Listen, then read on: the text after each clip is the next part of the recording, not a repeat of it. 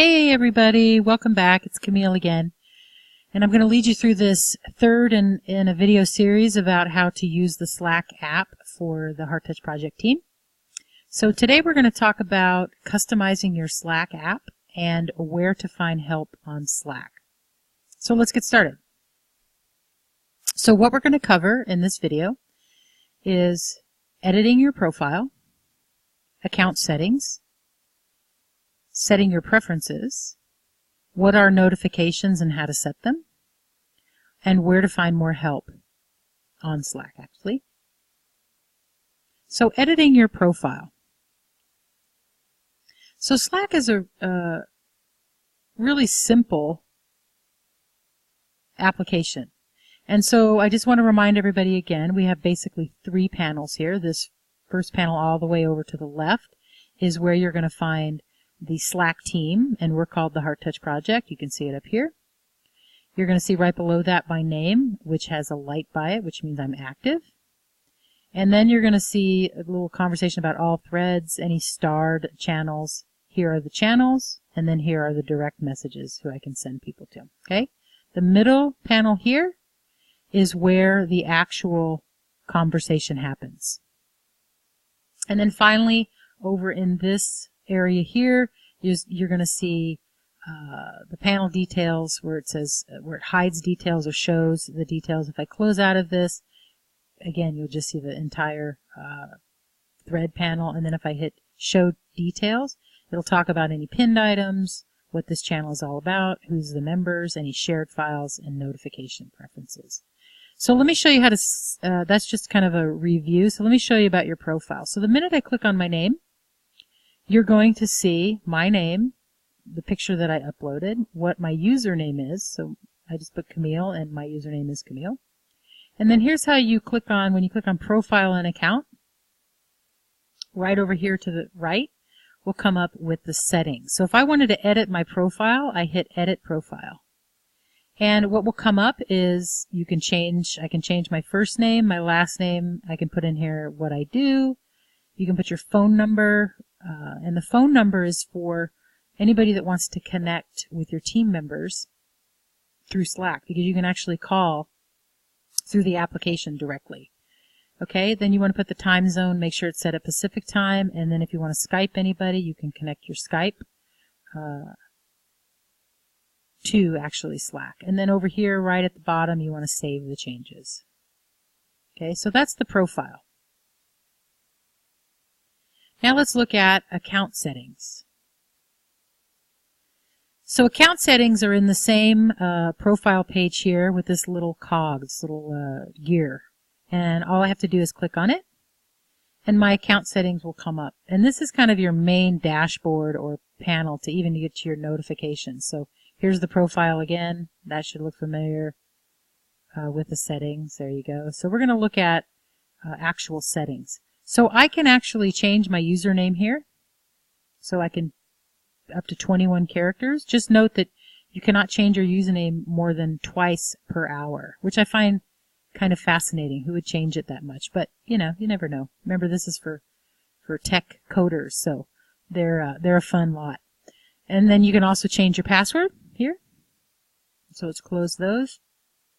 Don't worry about two-factor authentication. You don't have to worry about that. Email address, if I want to change my email address of where I want to send notifications, you can change that. The time zone should always be Pacific. Do not worry about the gateways or signing out all other sessions. Those we don't have. We're only part of one team, so and there's only, most of you are only part of one or two channels, so we don't have to worry about that last part.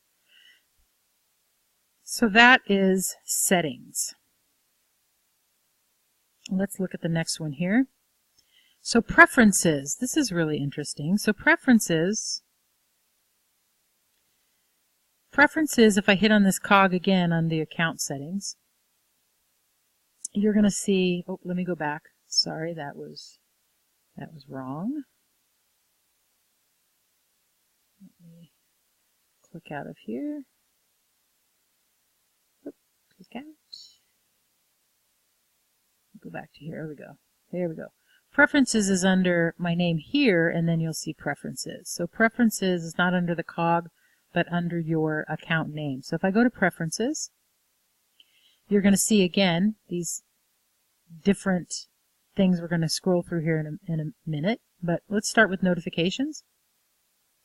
So notifications is how you are notified when someone sends you a direct message or when somebody posts something on Slack.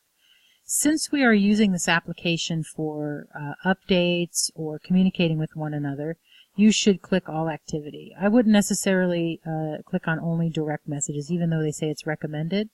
Remember, again, this is for coders, and they don't want to get all the activity because they're part of like 20 channels, and that would just be too much to filter through. So I would hit all activity. And then the next one down here, you can set what sound shows up on your phone. If you don't want, and you want to mute all the sounds, that's fine, or you want to put none, either or. You can, the notification display, so I show the message text in notifications. So you can also uncheck it for privacy. But it will automatically kind of come up, the message will automatically come up. So that's a preference. Threads, you don't have to, since we're not following threads, you don't have to worry about notify you of any threads for any replies on that, so don't worry about that. And then as far as the flash window, you don't have to worry about that. I would just say when left idle, it's inactive for 10 seconds.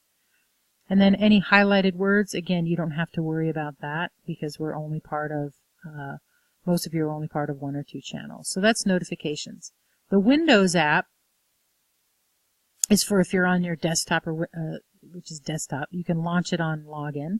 Some of you are most of you are Mac users, but this is where you would set if you were a Windows. Message and media. This is interesting. So the message display, you can put clean, which I have it here, and then if you do compact, it kind of takes out all the little fancy little icons. So I like clean because I'm a visual person, so I like that. So you can click which one you want. Display options, you can display information about who is currently typing a message. That's fine. You can display real names instead of usernames. So that can be handy if you want to see people's real names instead of their usernames. You can show the times in military time, 24-hour clock. And then display the color swatches next to the hexadecimal values. That's a coder thing. I just have it on the default setting. The emoji style, if you're into this, I didn't know this, but they have different emojis. So whichever one you want to prefer, there's the Apple or International style. I didn't know Google had one, but there you go. Twitter has one, and Emoji One has one. If you don't want any emojis, you can just do plain text. And then if anybody does a jumbo emoji, you can put that on there as well. For all the old schoolers, if you know how to do emojis via text, it will convert them. So there you go. And this last one's kind of important. I would leave these defaults set as they are. And what this means is if somebody puts an inline media, like uploads a picture or uploads some instructions, a lot of the team members may put instructions on there, you want that displayed. So please leave these checked as they are. Remember that if do not take any pictures in the hospital, especially of the kids. That's a HIPAA violation. So, we can use their first names or last names, but we want to keep their privacy as much as possible. This channel is private, so we do comply, but we want to make sure that we're not setting pictures of the kids up on Slack. Okay. The sidebar theme, this allows you to pick a color. So as you'll see over here, I have the purple, but you can pick any color. If I did the blue, that's what it would look like, but I like this kind of purple.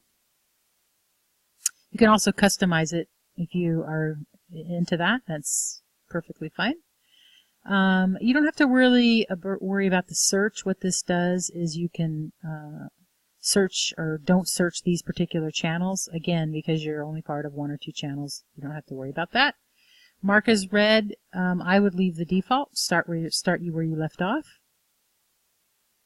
I wouldn't necessarily, well, you can play with those, but the default is always nice on this one. And then you can they tell you about shortcuts here.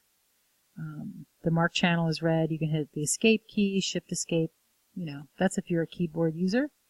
Accessibility, this allows you to, this was especially for coders, you can allow animated images or emojis, which are GIFs. So you can leave that clicked if you want. And then advanced, the input options, you can enable spell check, and even though I have this checked, I still don't see that I misspell. My mind goes much faster than my hands, so I'm not the best speller. I'll admit to that. And then show only autocomplete. I don't like autocomplete, so if you like it, go ahead and click on it. You won't have to worry about this third one because that's for coders. And then you can use the scroll key up and down to scroll through your typed history. Do not worry about download location. We don't have to worry about that. That's for somebody who has multiple computers, which coders do. Channel lists, I would just click all my channels because we're not on 20 channels. The other options here, you can play with this. I always like hitting the surprise me. There you go, surprise. Yay! These guys are great. Debugging options you don't have to worry about because we are not coders and this is not in our realm. Okay, so that is the advanced setting. So let's click out of that. And then let's look at our next thing here. Let's see, when account settings, we did preferences, we talked about notifications, and where to find more help. So let's look at where to find more help. So if I go up here to, again, my name, and I click on it, and it'll say help and feedback. So they have the search the help center, or they talk about the popular topics here. So if you click on any one of these, like format message, it'll take you right to the help center. It's really great. And over here on the right, they'll talk about how to code blocks, block quotes, how to do lists. Really, really, really helpful. And then let's look at the next one here. Let's say if I don't see anything on, let's say I want to talk about notifications.